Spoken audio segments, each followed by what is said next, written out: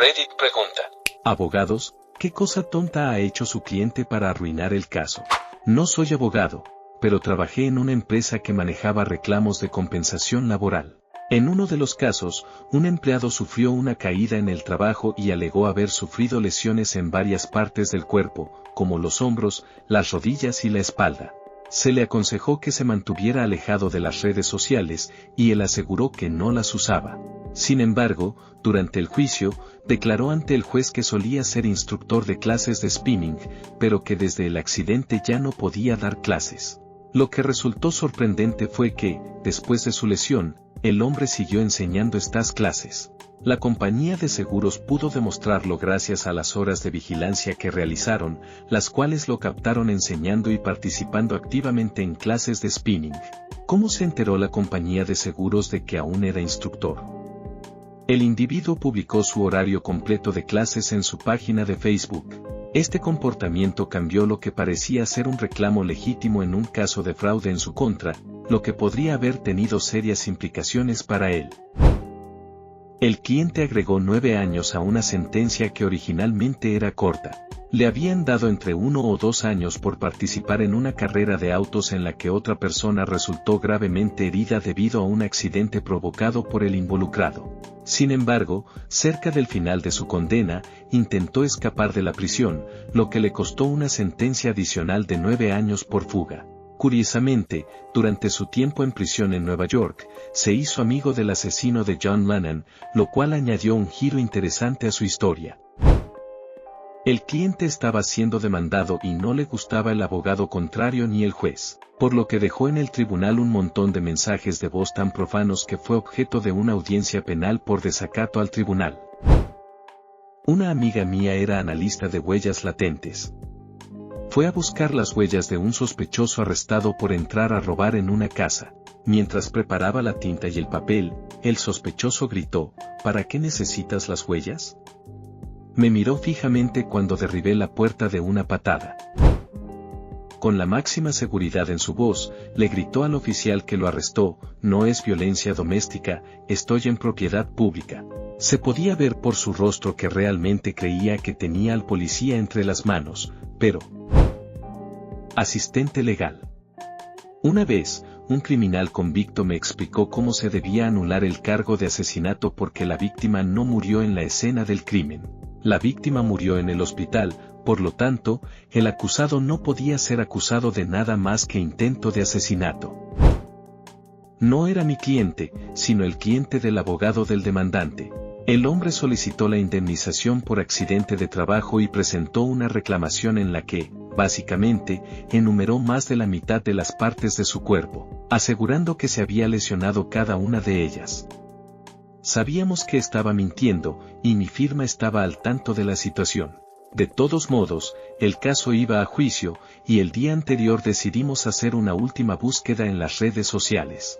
Para nuestra sorpresa, este individuo publicó un video en el que se le veía ganando una competencia de breakdance, apenas unos meses después del supuesto incidente laboral. Nunca vi una resolución más rápida en mi vida.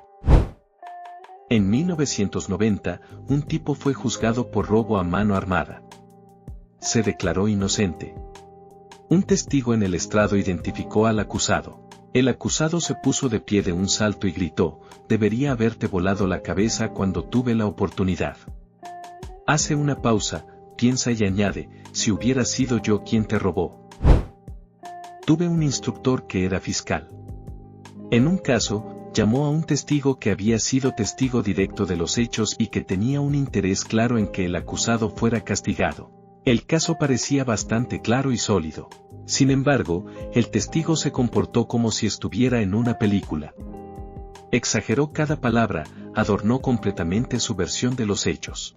No mintió, pero convirtió su relato en algo mucho más dramático de lo que había ocurrido realmente. Se podía notar cómo, minuto a minuto, los miembros del jurado se iban volviendo más escépticos. Al final, perdió el caso. Yo formaba parte de un jurado en el que el acusado se presentó en el tribunal el primer día con exactamente el mismo atuendo que el sospechoso desconocido del video del crimen. Pasaron solo unos segundos antes de que el juez decretara inmediatamente la suspensión del proceso. Todos los abogados fueron a la parte de atrás con el juez y salieron como 7 minutos después, cuando se anunció que el acusado había aceptado el acuerdo de culpabilidad. No soy abogado, pero solía revisar reclamos por discapacidad, por lo que a menudo trabajaba con clientes que tenían abogados. En una ocasión, un hombre cuyo abogado le había recomendado no hablar directamente con nosotros, un consejo muy acertado y básico, me llamó furioso para quejarse de que su abogado estaba equivocado. Me aseguraba que podía hacer las compras, cortar el césped y realizar todo tipo de tareas domésticas perfectamente, gracias. Sin embargo, yo ya había revisado su historial médico y estaba claro que no podía estar haciendo todo eso sin dificultades. Así que decidí investigar un poco más. Resultó que sí podía hacer las compras, pero solo si usaba un scooter de movilidad y su esposa se encargaba de llevar las cosas dentro de la casa. Podía cortar el césped, pero solo si usaba un cortacésped eléctrico y se tomaba un descanso prolongado cada 10 minutos. Y en cuanto a las tareas domésticas, se limitaba a limpiar las encimeras y doblar la ropa, pero no a llevarla. Tan pronto como terminamos la conversación, llamé al abogado para darle una actualización rápida. Aprobé su reclamo, pero ese hombre tuvo mucha suerte de haber encontrado a alguien dispuesto a dedicarle esos 15 minutos adicionales para aclarar la situación. No soy abogado, pero hay un cliente que aún me desconcierta hasta el día de hoy. Tenía varios cargos, incluidos agresión agravada y posesión de... A pesar de sus antecedentes, y a insistencia de su familia, hicimos todo lo posible para conseguirle una fianza, de modo que pudiera salir de la cárcel y vivir con ellos hasta que el caso se resolviera. Todo el proceso tomó varias semanas. Menos de un día después de salir, lo arrestaron nuevamente por robar baterías por valor de $16 de tarjeta. Le revocaron la fianza. Para ser justos, en este caso la línea entre estupidez y compulsión parecía bastante difusa. Editado, para quienes tengan curiosidad, inmediatamente solicitamos una evaluación psicológica para él. Se determinó que estaba en condiciones de afrontar el juicio, pero también se confirmó que tenía problemas de salud mental. El cargo de agresión física fue finalmente retirado y aceptó una declaración de culpabilidad por el tiempo que ya había pasado en prisión. No en Estados Unidos, pero el juez preguntó si el acusado estaba arrepentido. Si uno muestra arrepentimiento, puede recibir cierta indulgencia. No. El tipo no entiende la pregunta, y cuando no la entiende, normalmente simplemente dice no. Se me ocurren dos historias. La primera es de un colega mío, que hace muchos años representaba a un pirómano acusado de causar un gran incendio que quemó un terreno público. Debido al alto costo de los daños, se trataba de un delito grave. Durante la presentación del caso por parte del Estado, el acusado comenzó a tocarse inapropiadamente. Tuvieron que llamar a un receso.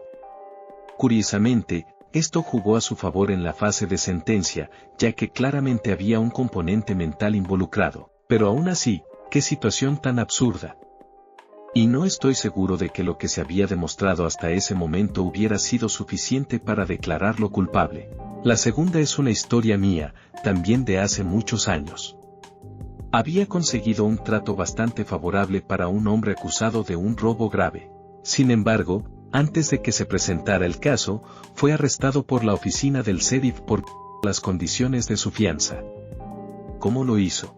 El sheriff alegó que utilizó la información bancaria de la oficina del sheriff para emitir cheques falsos. Esto significaba que, en el nuevo cargo, la oficina del sheriff se convirtió en la víctima. No hace falta decir que el trato se fue al traste. El cliente regresa al tribunal borracho después de la pausa para el almuerzo. Se queda dormido y su cabeza cae justo en el costado del estrado de los testigos, tras lo cual comienza a roncar fuertemente. El abogado de mi esposa tiene una política estricta, prohíbe a todos sus clientes usar las redes sociales después de perder un caso importante. Recuerdo un caso de demanda por esposo en el que la esposa de un hombre había sido asesinada. Parecía que sería un caso sencillo y con un acuerdo inminente.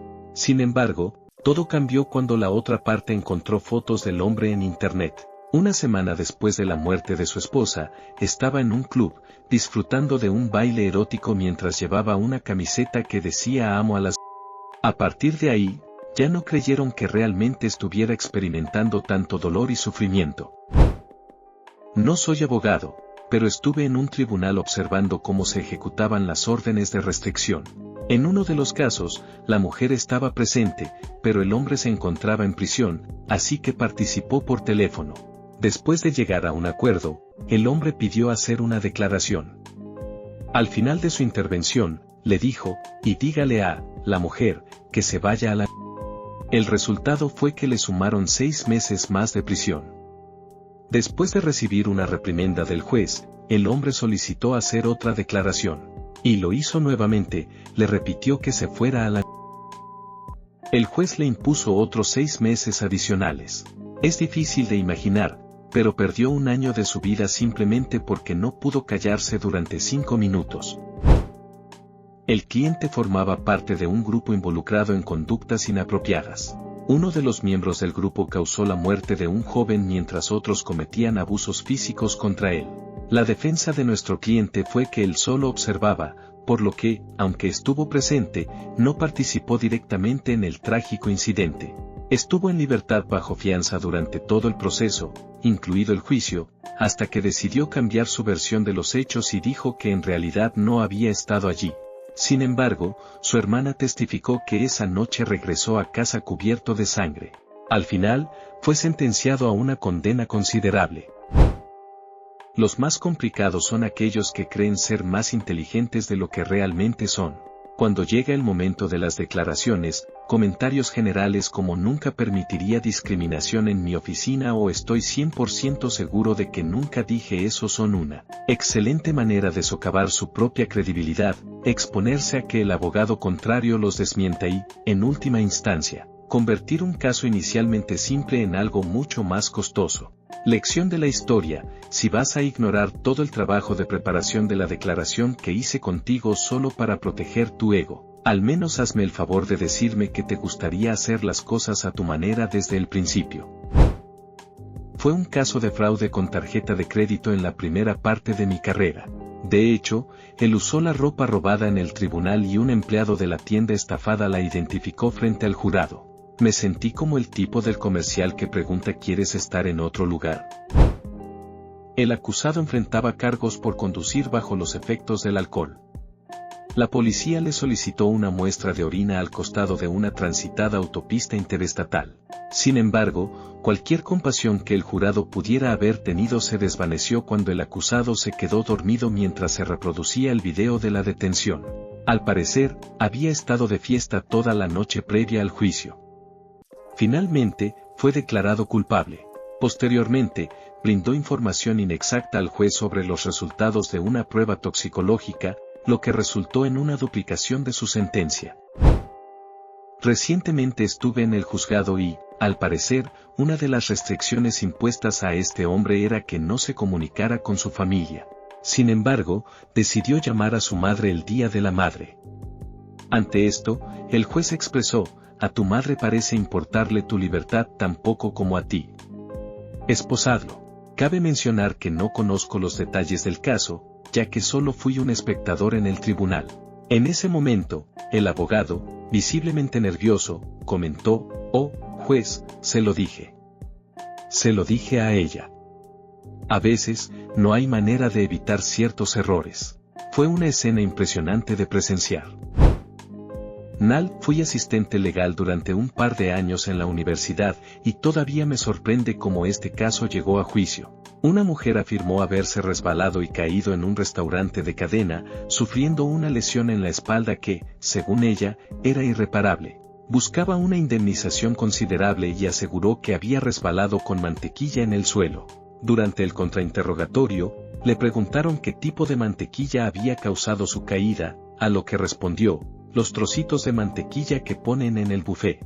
Acto seguido, la defensa llamó al gerente del restaurante, quien confirmó que el establecimiento nunca había utilizado ese tipo de mantequilla. El caso se resolvió rápidamente. Jaja.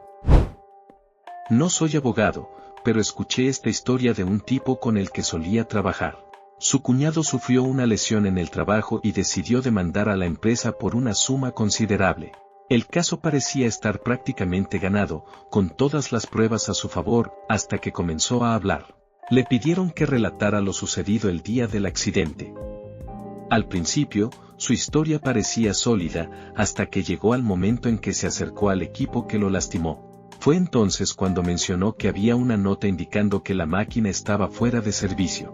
Sin embargo, en lugar de acatar la advertencia, decidió retirar la nota y poner en marcha el equipo defectuoso porque tenía un trabajo que hacer. Esa victoria segura desapareció más rápido que el cartel de fuera de servicio. Tuve un caso de violencia doméstica en el que trabajamos durante meses, asistiendo a audiencias preparatorias, reuniendo pruebas y obteniendo órdenes de alejamiento. Sin embargo, el día del juicio, la persona a la que representaba me informó que había estado de vacaciones con el acusado durante un par de semanas y que lo habían pasado genial. Poco después, el abogado de la parte contraria se me acercó y mencionó que tenía abundante evidencia de que ambos habían disfrutado juntos ese tiempo. Por supuesto, esto no significa que no haya habido abusos en el pasado, pero la situación afectó gravemente nuestro caso, ya que contábamos principalmente con testimonios y pocas pruebas concretas. En ese momento, tuve que explicarle a mi representado que, más allá de las normas legales estrictas, la jueza podría cambiar su percepción del caso al ver que la demandante había salido de fiesta con la persona contra la que había solicitado una orden de alejamiento. Finalmente, llegamos a un acuerdo y evitamos el juicio.